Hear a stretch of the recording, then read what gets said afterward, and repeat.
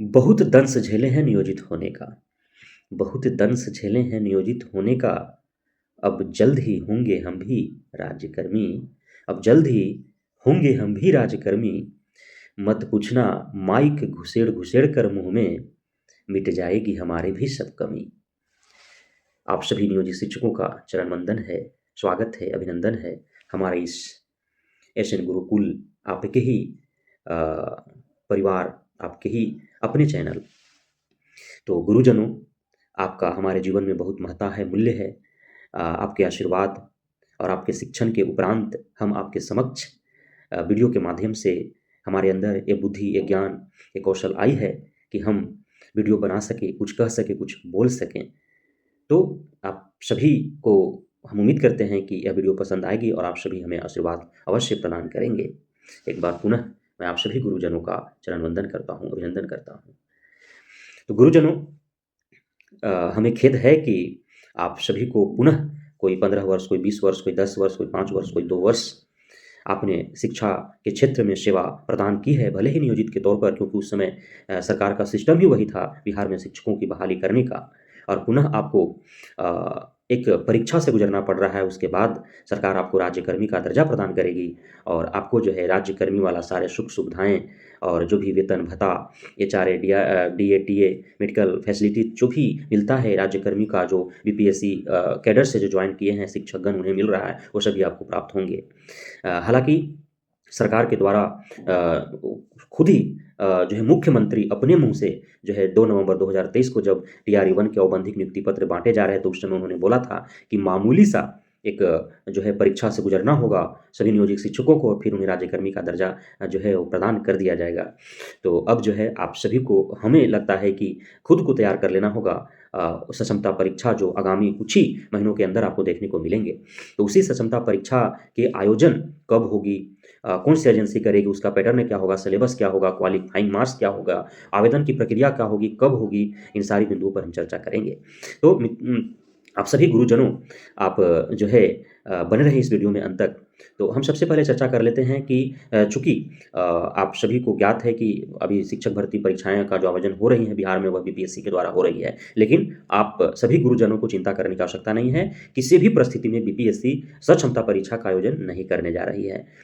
अब आयोजन करेगी कौन? तो सबसे 90% उम्मीद जो है वो बिहार सेकेंडरी एग्जामिनेशन बोर्ड, जो 10वीं और 12वीं का परीक्षा का आयोजन करती है, स्टेट की परीक्षा का आयोजन करती है, डीएलएड, बीएड की परीक्षा का आयोजन करती है, वही जो है सक्षमता परीक्षा का आयोजन करेगी। हालाँकि एससीईआरटी के बारे को भी ऑप्शन के तौर पर देखा जा रहा है, लेकिन 90% उम्मीद है कि बिहार सेकेंडरी एग्जामिनेशन बोर्ड अर्थात बीएसईबी ही सक्षमता परीक्षा आयोजन करेगी। कब करेगी इसके बारे में मैं आपको बता देता हूँ। अब आप खुद ही सभी गुरुजन हैं, आप सभी को बिहार के जो शैक्षणिक हालात है, शिक्षा जगत की जो अपडेट्स हैं, उसके बारे में आप सभी को पता है। अब फरवरी माह में जो है वह इंटरमीडिएट का परीक्षा होगा, फिर जो है 10वीं बोर्ड की परीक्षा होगी, तो फरवरी में तो हो ही नहीं सकता है। अब जनवरी में आवेदन कब होंगे, एडमिट कार्ड जब कब जारी होंगे और जनवरी में परीक्षा का आयोजन भी नहीं हो सकता है ना? तो जो है अब जनवरी में भी नहीं होगा, फरवरी में भी नहीं होगा। 2 माह तो बिल्कुल भी नहीं होने जा रहा है। उसके बाद मार्च में जो है वह और कई परीक्षाएँ हैं। आपका स्टेट का परीक्षा बिहार सेकेंडरी एग्जामिनेशन बोर्ड ही लेती है। मार्च में जो है वो कैलेंडर में जारी कर दिया गया है कि सक्षमता परीक्षा कैलेंडर में नहीं है, चूँकि अभी एजेंसी ही तय नहीं हुई है, तो कैलेंडर जो बिहार सेकेंडरी एग्जामिनेशन बोर्ड जो जारी की है, उसमें तो सक्षमता परीक्षा का कहीं चर्चा ही नहीं है। जब दे देगी सरकार, तो उसमें संशोधित कर दिया जाएगा कैलेंडर में, है ना? अब जो है हो सकता है 1 साल में 2 बार ले लिया जाए, क्योंकि जो है यथाशीघ्र जो है सभी को सक्षमता परीक्षा लेकर के जो प्रथम सक्षमता परीक्षा में जो सफल नहीं हो पाएँगे, उनको दूसरा बार मौका मिलेगा, जो दूसरा में नहीं होंगे, तीसरा बार मिलेगा और तीसरा में भी जो नहीं होंगे, उन्हें निकाला नहीं जाएगा। एकदम कन्फर्म मानिए कि निकाला नहीं जाएगा, लेकिन लाभ तो नहीं ना मिलेगा राजकारण वाला। तो हम उम्मीद करते हैं आप सभी गुरुजन कि आप जो हैं, और हम ईश्वर से प्रार्थना भी करते हैं और आपके ज्ञान, बुद्धि, कौशल पर हमें पूरा भरोसा है कि आप प्रथम बार में ही झंडा गाड़ देंगे और टीआरई 1 और टीआरई 2 में आप अपनी उस योग्यता, उस कुशलता, उस बुद्धिमत्ता, उस ज्ञानता को आपने प्रदर्शित भी किया है कि टीआरई 1 में भी और टीआरई 2 में भी अधिक से अधिक संख्या में आपने जो है सफलता का परचम लहराया है। तो हम उसी अनुभव के आधार पर, मुझे आपको पर भरोसा है, पूर्ण उम्मीद है कि आप प्रथम बार में ही लगभग 70 से 80% जो आप में से जितने भी गुरुजन हैं नियोजित शिक्षक के रूप में कार्यरत हैं, वे जो है प्रथम 12वीं सक्षमता परीक्षा जो है सफलतापूर्वक जो है आप उसमें सफल हो जाएँगे, पास करेंगे और आप जो है राजकर्मी का दर्जा प्राप्त करेंगे। अब जो है हम चर्चा करेंगे आगे अन्य बिंदुओं पर। अब हमने आपको बता दिया जनवरी में नहीं होगा, फरवरी में होगा, नहीं होगा, मार्च में भी कम उम्मीद है। लेकिन इतना तय है कि जनवरी से जून के बीच आपका कभी भी हो सकता है। 6 महीना के अंदर आपका कभी भी हो सकता है। 3 महीना तो मुश्किल है, जनवरी, फरवरी, मार्च मुश्किल है। क्योंकि जनवरी में अब समय नहीं है, फरवरी में परीक्षाएँ लेनी है बिहार सेकेंडरी एग्ज़ाम बोर्ड को और मार्च में भी जो है परीक्षाएँ लेनी है उसे। इसलिए मार्च अंत तक या फिर अप्रैल में हो सकता है, लेकिन इतना तय मानिए कि जनवरी से जून के बीच में आपका हो सकता है, दूसरी रूप आपको तैयारी करने की आवश्यकता है ना? अब जो है आवेदन तो ऑनलाइन ही होंगे और आवेदन जैसे बीपीएससी टीआरई के लिए जिस प्रकार से आवेदन हो रहे हैं, उसी प्रकार जो है आवेदन होंगे। आपसे भी 3 जिला चॉइस जिला माँगा जाएगा। लेकिन जैसा कि हमें उम्मीद है कि जिस प्रकार चूँकि टीआरई 1 में एक निश्चित रिक्ति है, इतना रिक्ति पर ही लोगों को लेना है। तो इसलिए उसका मेरिट लिस्ट तैयार किया जा रहा है। चूँकि अब रिक्ति 1 लाख रिक्ति है और 10 लाख आवेदन है, तो 10 लाख में से 1 लाख लोगों को छाँटना है।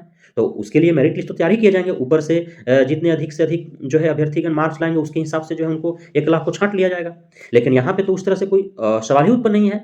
सक्षमता परीक्षा में जो नियोजित शिक्षक हैं, वही भाग लेंगे। ऐसा तो नहीं है 4 लाख नियोजित शिक्षक हैं, 5 लाख कहाँ से आवेदन आएगा? 4 ही लाख आएगा और उनका रिक्ति तो कोई है ही नहीं। वो ऑलरेडी अपने सीट पर बने हुए हैं, तो उनको सिर्फ़ क्या है क्वालीफ़ाई कर जाना है। तो अब आवेदन हमने बताया आपको कि आवेदन बीपीएससी टीआरई 1 का जिस प्रकार से होता है आपका भी होगा। आपको भी 3 जिला जो है चॉइस के रूप में माँगा जाएगा और आपका मेरिट के हिसाब से जो है जिला दिए जाएँगे। ऐसा ज़रूरी नहीं है कि 3 जिला आप सेलेक्ट किए वही 3 जिला आपको मिल ही जाए। टीआरई में देख ना रहे हैं, टीआरई 1 या 2 में आपने देखा कि 3 जिला के बाद भी उनको जिला मिला गया, तो मेरिट के आधार पर आपको जिला दिए जाएँगे। अब जो है उसके बाद हम चर्चा करने वाले थे कि आपको जो है सक्षमता परीक्षा जो होगी उसका सिलेबस और पैटर्न क्या होगा। तो पैटर्न जो होगा 100 क्वेश्चन, 120 या 150 क्वेश्चन होंगे, उससे अधिक तो नहीं होंगे। अब हर विषय से आपसे पूछा जाएगा, मैथ भी रहेगा, उसमें रीजनिंग भी रहेगा, उसमें करंट अफेयर्स भी रहेगा, उसमें आपका पर्यावरण अध्ययन भी रहेगा, हिस्ट्री भी रहेगा, पॉलिटी भी रहेगा, इकोनॉमिक्स भी रहेगा, है कि नहीं? आपका ज्योग्राफी भी रहेगा और हर विषय से आपसे पूछे जाएँगे। हो सकता है भाषा भी जोड़ दिया जाए, हालाँकि टीआरई 2 में भाषा की अर्हता को तो शून्य कर दिया गया, कोई महत्व रहा नहीं। तो अब इसके बारे में जो है भाषा पर अभी आपको जोर नहीं देना है, लेकिन आप जिस ग्रेड में पढ़ा रहे हैं, चाहे आप 1 to 5 में पढ़ा रहे हैं, तो उसका जो है आपका पूरा मैथ आपको देख लेना होगा, आपको पूरा पर्यावरण अध्ययन आपको देख लेना होगा, है कि नहीं? आप 6 to 8 में पढ़ा रहे हैं, तो उसका पूरा आपको तैयारी कर लेना होगा। आप 9th-10th में पढ़ा रहे हैं, तो उसमें पूरा आपको ध्यान देना होगा। 11th-12th पढ़ा रहे हैं, तो उसपे पूरा आपको ध्यान देना होगा, है ना? तो आपको टीआरई के तर्ज पर ही परीक्षा होंगे, लेकिन इतना टफ नहीं होंगे। एकदम मामूली सा परीक्षा होगा। जैसे सीटेट और एस्टेट होता है ना, उसी प्रकार से आपका होगा। 1 to 5 वाले जो हैं, हम तो कहेंगे 1 to 5 वाले जो हैं सीटेट पेपर 1 जो होता है, उसमें जो मैथ पूछा जाता है, जो ईवीएस पूछा जाता है ना? उस पर आप जो है ध्यान दें, कुछ करंट अफेयर से भी आपसे पूछे जाएँगे।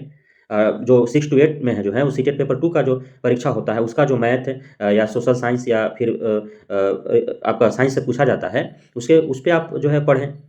कहीं यूट्यूब चैनल से या जहाँ से भी आपको प्राप्त हो पाता है, वहाँ से आप पढ़ें। तो उससे अलग नहीं पूछा जाएगा, एकदम सीटेट और एस्टेट जैसा ही होगा, उससे ज़्यादा टफ नहीं रहेगा आपका, है ना? 9th-10th में भी एस्टेट पेपर 1 आपने दिया होगा, तो उसी के अनुरूप इसका सिलेबस होगा। एस्टेट पेपर 2 आपको जो है 11th-12th के लोग दिए होंगे, उसी प्रकार का उनका भी होगा। तो बहुत ज़्यादा टफ नहीं रहेगा, मामूली सा क्वालीफाइंग नेचर का आपका जो है ये परीक्षा होगी। चूँकि सरकार के जो है जो नियमावली थी उसमें जो है कानूनी जो है बाधा उत्पन्न हो रहा था, इसलिए परीक्षा का आयोजन करके और परीक्षा पास करने वालों को राजकर्मी का दर्जा दिया जाएगा। तो पैटर्न और सिलेबस के बारे में अभी जो है हम नहीं कह रहे हैं कि हमने जो बताया यही पैटर्न और सिलेबस होगा। अभी इस पर जो है जब एजेंसी तय हो जाएगी, तो जिस एजेंसी को सक्षमता परीक्षा लेने का उसको ज़िम्मेवारी दिया जाएगा, वो अपने हिसाब से जो है सिलेबस और पैटर्न आपको देगी। लेकिन यही रहेगा ना, जो होता है वही होगा। ऐसा तो नहीं है कि इससे अलग दे दिया जाएगा।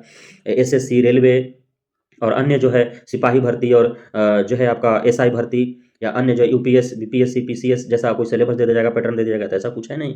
शिक्षक हैं तो शिक्षक वाला ही सिलेबस और पैटर्न रहेगा। तो जो सीटेट होता है, स्टेट होता है या बीपीएससी टीआरई हो रहा है, यही पैटर्न रहेगा। सिलेबस बीपीएससी वाला नहीं रहेगा। सिलेबस आपका एकदम डाउन रहेगा। जिस ग्रेड के लिए जो शिक्षक हैं, उसी ग्रेड से प्रश्न पूछा जाएगा, उससे इतर नहीं प्रश्न पूछा जाएगा। तो ये आपको जिस ग्रेड में जो पढ़ा रहे हैं, उन्हें जो है सभी विषयों पर ध्यान देने की आवश्यकता है। 1 to 5 में है तो मैथ, ईवीएस सब पर ध्यान दें। 6 to 8 में है तो एसएसटी, मैथ, साइंस, ईवीएस आपका जो है सब पर ध्यान दें आप। 9th-10th में, 11th-12th में हैं, थोड़ा बहुत करंट अफेयर्स भी आप देखते रहें, अभी से पेपर ऊपर पढ़ते रहें, या फिर यूट्यूब पर भी करंट अफेयर्स वाले बहुत सारे चैनल हैं, उसको देखते रहें, फॉलो करें। तो देखते रहें, है ना? वो करंट अफेयर्स भी आ सकता है, रीजनिंग भी आ सकता है, मैथ भी आ सकता है, साइंस वगैरह भी आ सकता है। तो ये सब ध्यान देने की आवश्यकता है। तो यह जो है सक्षमता परीक्षा से जुड़े महत्वपूर्ण सूचनाएँ और जानकारियाँ जो अब तक निकल कर के आ रही है, अलग-अलग सोर्सेज़ से, हम चाहें कि आप सभी गुरुजनों तक इसे पहुँचा दिया जाए। तो पुनः आप सभी गुरुजनों के चरण वंदन, हम आशीर्वाद की कामना करते हैं। बहुत-बहुत आपका धन्यवाद। जय हिंद।